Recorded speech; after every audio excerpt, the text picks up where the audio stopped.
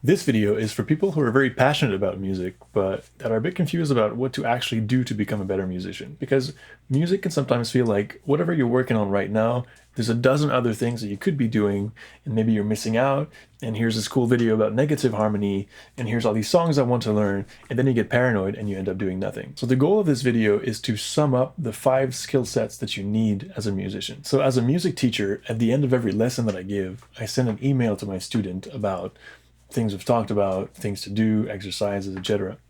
And over the years, I've realized that it always falls into one of these 5 categories. And most of my students are not able to do all 5 every week. I have to pick and choose. Because, to be perfectly honest, this approach to music is not for the faint of heart. If you do these 5 things consistently, you'll be faced with your own mediocrity so often that you'll want to give up.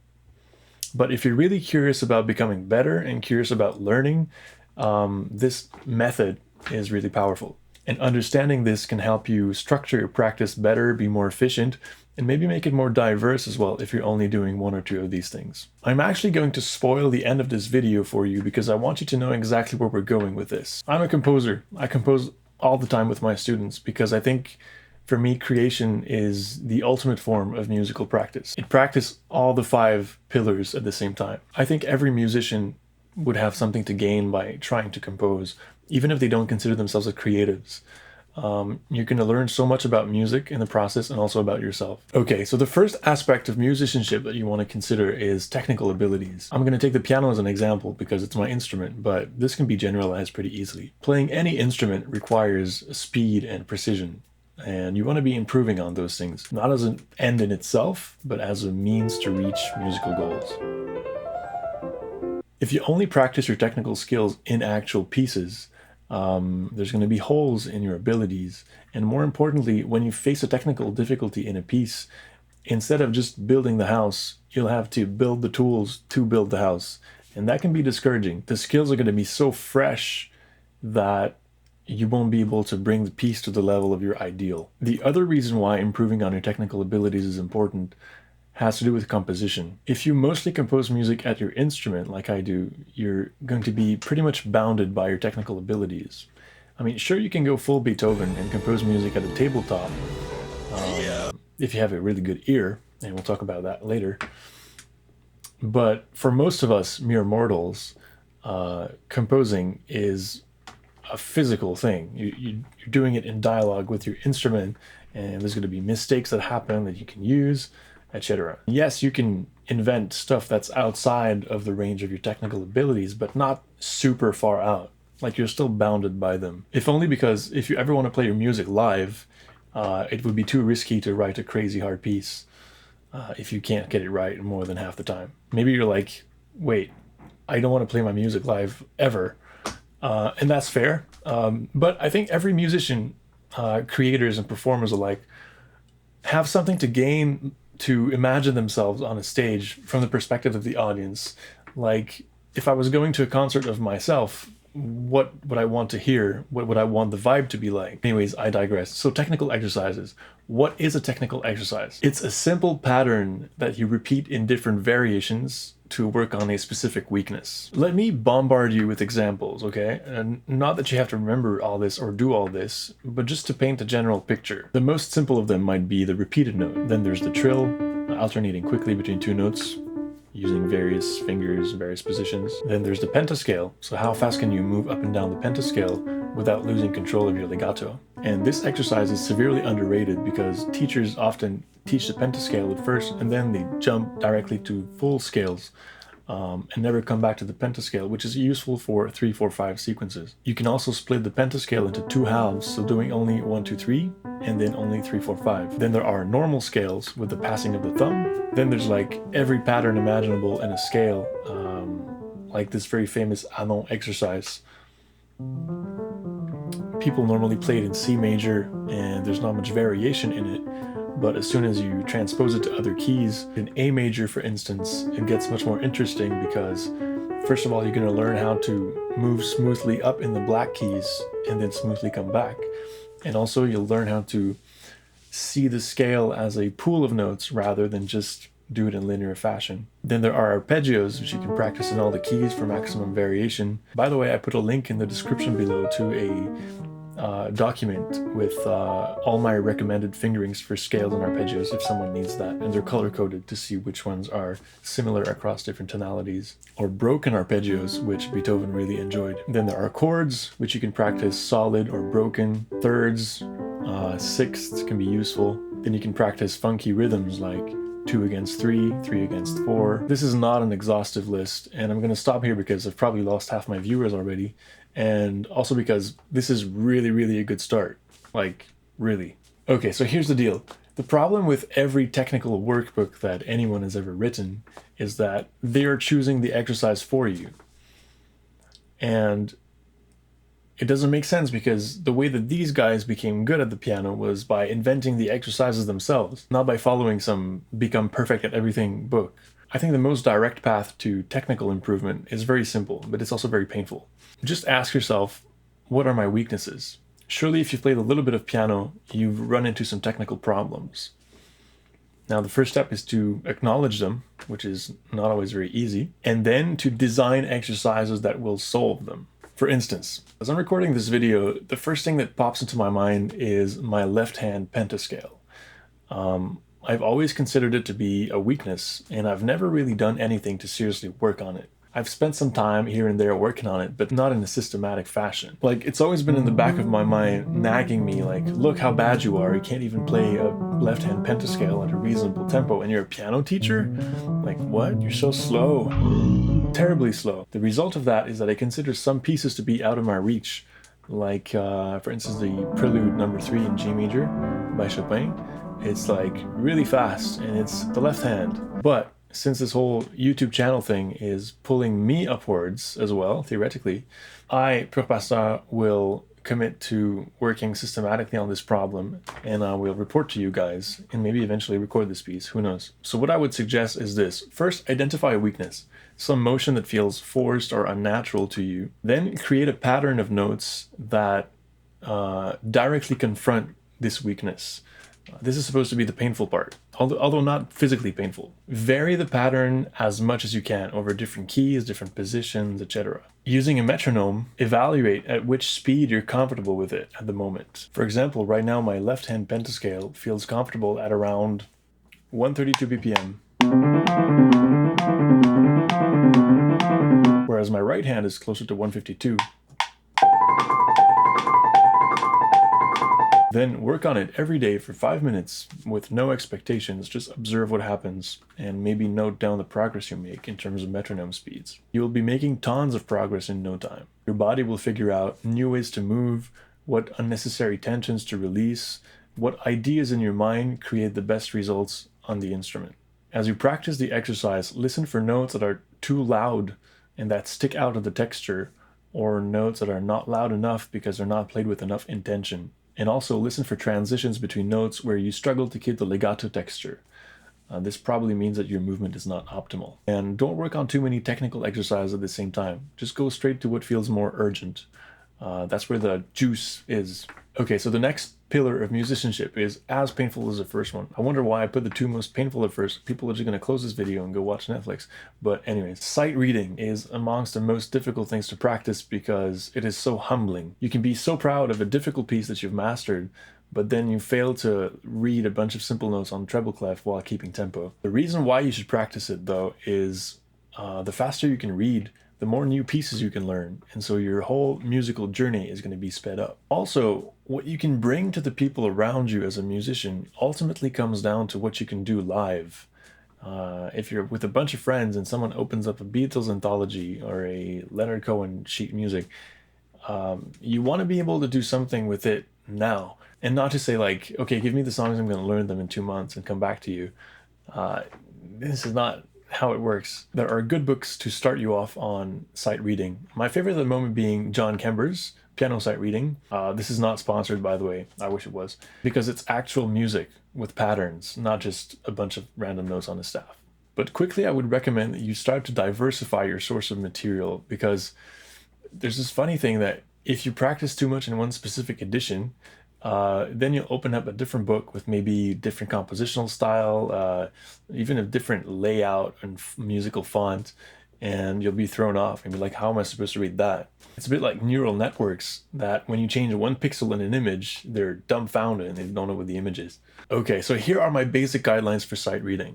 First of all, never stop in the middle of an exercise. Learn to let go. Pretend you're a musician in an orchestra. No one's waiting for you. You just have to keep going and do the best you can. Just keep going, putting as many notes, rests, articulations, dynamics as you can. If you can't put any of them, that's fine. Just count the beats, but keep going. What you should not do under any pretext is lose the beat. The least useful musician in an orchestra is the lost musician. Even the musician that's doing nothing, but is still not lost, is worth more. Of course, nothing prevents you from doing the same exercise over and over again until you've mastered it.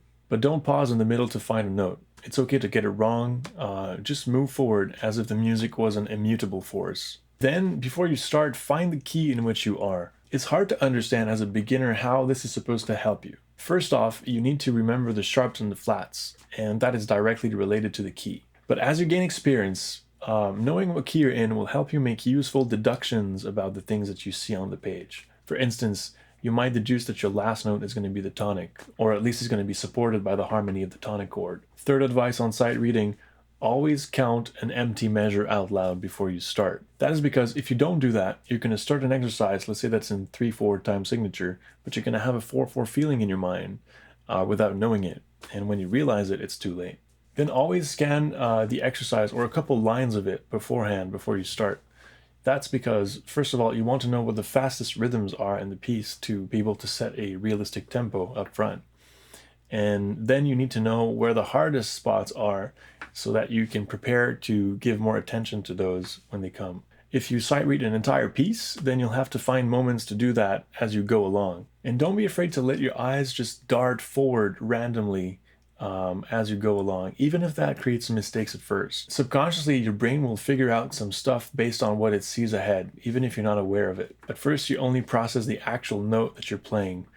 Then you can process beats and then whole measures, and then you'll be able to wrap your head around entire phrases of music almost instantaneously. Last advice, don't choose exercises that are too hard. You should be able to read the notes and also allow some room in your mind for processing the rhythms correctly, articulations, dynamics, etc.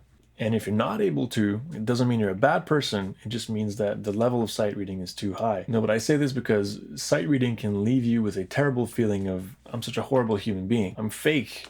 I'm just pretending to be able to read the notes, but in fact I have them all memorized. You're not alone. Sight reading is painful, and it's okay. Just try to accept this is where I am right now. If I'm having trouble, it's because it's hard. If it wasn't hard, I wouldn't be having trouble. It's the expectation of fluency that's causing the pain. Anyways, oh, and by the way, trying to sight read chords or tabs is also a perfectly valid exercise. It doesn't have to be notes written on a staff. When you combine technical ability with sight reading skills, you have the tools to become a good performer. What I mean by performance is learning other people's music. It sounds obvious, this is a good idea, but sometimes I just forget and I want to create music. But having new music regularly come into your life is the best way to have a steady flow of new ideas. The performance is like way too vast to be able to address in 5 minutes. But my main advice would be this. At every moment of every piece, something needs to be singing. The notes, especially on a piano, will be absolutely meaningless until you realize that there is someone on the other side, so to speak, that is singing these notes. And you, as a musician, you want to create the illusion of that continuous presence. You need to nurture this presence in your mind, much like the actor is nurturing the character that he or she is playing. Everything that you're playing, there should be a module in your brain with the lights on, thinking, someone is speaking this. There are no words, but there are universal intonations, and these carry meaning. That will change everything. You will naturally pay more attention to rest, where your character is breathing. You will start every phrase assertively, because you don't want your character to be a weakling. You're going to create a musical arc in each of your phrases to keep things interesting as he or she is speaking. And finally, you'll end softly on the last note, because he's a gentleman. By seeing the human behind the note, you could realize that some of the things you were doing were ridiculous from a conversational perspective, like an exaggerated crescendo, or ending a phrase with an accent, or things of that nature. Although I'm really good at putting random accents in words in English. The comments about parameter were pretty funny. Another thing that is super fundamental is playing with a steady tempo. I cannot emphasize this enough. And the funny thing is, beginners don't really hear how much their tempo is unstable. It's almost impossible to enjoy a piece that doesn't have a steady beat. If you're accelerating, I'm going to become stressed out as an audience. If you're slowing down, I'm going to be like, why is this thing dying? Even when you're playing romantic music with a lot of rubato, the beats that you're shortening because you're caught up in some emotion, you need to give them back afterwards, else you're a thief and you're creating an unbalance in the force. And for all the neoclassical music like mine, playing with a steady tempo is of supreme importance if you want to create good and steady vibes. Because if you're in a rock band, there's a drummer whose only job is to keep the tempo. When you're solo piano, you have to do all these things yourself. Third advice on performance, learn things by heart. Something magical really happens when you play a piece by heart without any intermediary between you and the music. It's as if you had always looked at this piece through a set of mirrors and now you can see the actual thing itself. Also, you don't know when you're going to bump into your piano, and chances are you won't have your binder of sheet music with you. And finally, you have much more chances of remembering a piece long term if you know it by heart, instead of having to pull out the sheet music every time you want to practice it. Fourth advice, record yourself as much as possible. And this is really painful to do. This video is torture, really. Use a phone or USB mic, it doesn't matter, and listen back to yourself. One of the things you'll notice first is all the places in which your tempo is not regular. You're going to try to tap the beat and it's not going to work. Glenn Gould, the famous Canadian pianist, once said something along the lines of, I've never had anything to do with the world of pedagogy, but if I was to teach a student, I would simply record him and play the piece back at him and ask him what could be improved. Now, this is quite radical. I don't think my students would like me very much if I did that, but you get the idea. Last advice, try to perform for people. It can be in the form of salon de musique with friends, playing on a public piano, preparing a Christmas song for the family, anything really. Unfortunately, there's nothing quite like the fear of looking ridiculous to motivate practice. Those would be my general advice on performance. The rest is just trial and error. Okay, so the fourth pillar is super underrated, but it's actually essential for musical development. Can you guess? Ear training. And it's also super fun to do, but it's hard to do alone. By ear training, I mean to be able to recognize chords, melodies, and rhythms. You can also train to recognize timbre if you want to become a good orchestrator, but that's kind of niche. The reason why you want to develop a great ear is because it's going to make you so much more autonomous in your musical practice. Imagine just being able to put on your favorite song and recognize immediately what the degrees, melodies, and rhythms are just by knowing what key you're in. Not to brag, but if you give me any song really, unless it's super weird, but a normal song, within 20 minutes I can have a piano cover that works. Within an hour I can give you a full arrangement of that song. This is just many years of ear training. Harmonic ear training is mostly the ability to recognize the degrees after you've established the home key. This is an essential skill as a pianist because you're often in charge of the harmony, even in a band. I'm starting to find some great apps to practice this, such as Chord Crush. Again, not sponsored, which is cool because they use real songs from YouTube and they make you guess the missing chord in the sequence. Let me bombard you again with how I approach this as a teacher. First, I start by teaching 1 and 5. 1 is stable, 5 is unstable. Then I'm going to add 6, which is easy to recognize because it's the only minor chord in the lot. Then I'm going to add 4, which makes it tricky because there's 1, 4, 5, which are 3 major chords. Then I add 2, which is a sad version of 4, and then 3. Eventually I'm going to sprinkle some secondary dominants in there with like 5 of 6, 5 of 5, eventually 5 of 4. Maybe we can even get to the parallel minor modes like flat 3, flat 6, flat 7, and also flat 2, which is the Neapolitan degree. You can also learn to recognize shadings of chords like the inversions of the first chord, like 1, 6, 1, 6, 4. You can learn to recognize suspended chords, minor 7 chords, sharp 11 chords. I'm just laying these out so you can get a global picture of the path ahead. Long term, I would love to do a complete ear training program. It's in the big projects bin. Melodic ear training is much simpler. It's just recognizing the notes of a melody. Again, after you've established a home key, unless you have perfect pitch, in which case, screw you, I don't. But actually, I don't regret not having perfect pitch because it has forced me to build a much better understanding of how music works, just to go around the fact that I don't immediately know what the note is. The first step, let's say you're in C, would be to start by recognizing if you're on C, if you're on E, or if you're on G. And that is the hard part, to be honest, because all three are going to sound consonant. So just knowing whether you're on the fundamental, the third, or the fifth is really, really a big step forward. For reference, the tonic is super mega stable. The fifth is also kind of stable, but it doesn't feel like it's a good resting point. And the third is much more fragile. It's thinner. It's also the most poetic of the three. Rhythmic ear training can be twofold. You can start by just repeating a rhythm that you hear in a piece of music without trying to conceptualize it theoretically. Good. Or you can try to write down the actual rhythm on sheet music. Even better. I would start with quarter notes, half notes, and whole notes only, then add eighths and maybe triplets, and then 16th notes, tied notes, dotted notes, etc. To be honest, I've done most of this rhythmic training by laying out on a piece of paper the music that was in my head, which allows me to transition smoothly to the fifth and most important pillar of musicianship, which is composition. Composition is made possible when you mix good performance skills with ear training. It's the least trodden but most direct path to musicianship. It's like the Cadillac of musical practice. It contains all the other pillars in itself. When you compose music, you're going to be creating technical difficulties for yourself. You'll practice your sight reading by writing notes on a staff. You'll be practicing your performance a lot because you'll be trying to play your music in a way that doesn't suck. And of course, you'll be practicing your ear a whole lot because it's all about materializing what's in your head on the instrument. Isn't it funny that in our school system, at least here in Canada, kids are taught how to read and write, but they're only taught to read music and not to write it? I think students learn to read music much faster when they also practice writing it. It's a two-way street. My teacher when I was young was a great pedagogue, a great woman, but she was too afraid to jump in the unpredictability of composing with a student. It takes courage. It's much easier to follow a classical curriculum. If there are any music teachers listening to this, I beg you to start composing with your students, even if you're afraid to lose face at first. You're literally giving them the keys to their musical emancipation. And this is also the goal of this channel. It's like, how many pieces of music can I inspire the creation of? How many of my listeners can I push to writing their first piece and then hopefully a bunch of others? Improvisation and composition for me are really one and the same.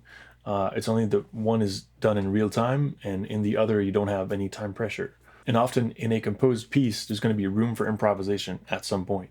Also, I consider music theory and piece analysis, chord analysis, to be an essential part of this pillar because it's all about understanding how music is made from the point of view of the composer.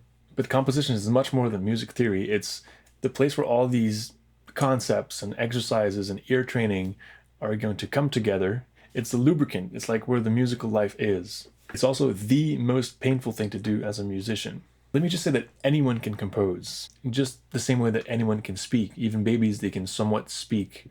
Even someone that has a very rudimentary knowledge of music theory or performance skills can fiddle a melody on the piano and write it, or even just record it. And it doesn't matter if it takes ages to write. You'll be learning so much. What is maybe the most painful thing about composition is not the hurdles of writing it. It's looking back on your work the next day and feeling like, what the heck was I thinking? Who's this weird person that wrote this? And it's painful to hate something today that you loved so deeply yesterday. That was so cheesy. But that actually is good news. It means that today you're hearing something in the music that you weren't hearing yesterday. It means that your musical taste has taken a step forward and that now you're unsatisfied with the way you were previously doing music, which will set you on a search for new solutions. Here are some gradual steps you can take if you want to start composing but you don't know where to start from. First, pick a scale. Then invent a melody that you like in that scale. Try to stay in the scale for now. So write down this melody, even if it's just the notes without the correct rhythm, that's perfectly fine. You can also write approximate rhythm. I like to do that a lot with my students. So don't bother fitting them in a 4/4 measure or anything. Just write, okay, it's a long note, let's put a whole note. On some notes of this melody, try to find a chord that would fit well with the note that you're on. Remember that each note can be found in 3 different triads because it can either be the fundamental, the third, or the fifth. So try all 3 chords and choose the one that you like best. Try to stay within the boundaries of the scale you've chosen for now. Then repeat the same melody, but maybe change the way it ends and stack these 2 versions one after the other. Maybe change some of the chords to fit this alternate ending. Some ideas to go further could be to do the same exercise with the left hand and then to put the accompanying chords in the right hand. Start using inversions of chords instead of only using fundamental chords. Start borrowing chords from other keys. Change the block chord to a pattern that you repeat while keeping the melody on top. Create 2 or 3 different contrasting sections in your piece, etc. This is very basic, and I'll probably be doing a more detailed video on introduction to composition later, but it's a great place to start. Just trust yourself. Your music does not exist yet in the world. So it's obviously going to be awkward and weird at first because there's nothing to compare it to. This whole process is a really healthy one. So my goal with this video was to make you feel that, okay, there is a lot of stuff, but it's actually finite. It's measurable. And it falls neatly in these 5 categories. Like, no matter what your level is, if you feel stuck musically and you start doing these 5 things consistently, your level will increase so much because they will all fuel one another. Some people like structure more, so let's say you have a 1-hour time period to dedicate to music practice every 2 days. You could spend 5 minutes on technical exercises, 5 minutes on sight reading, then you can jump into performance for 20 to 25 minutes, then another 20-25 minutes of composition, and then you can wrap things off nicely with 5 minutes of ear training, say. While of course allowing some of these chunks to take longer if you're really vibing to something. Some people are more chaotic and that's perfectly fine. Just bear in mind these 5 sectors. And of course, if you really want to dedicate yourself to music long term, try to find a teacher near where you live that can support you in that process. It's really invaluable. Thank you for watching and go compose music.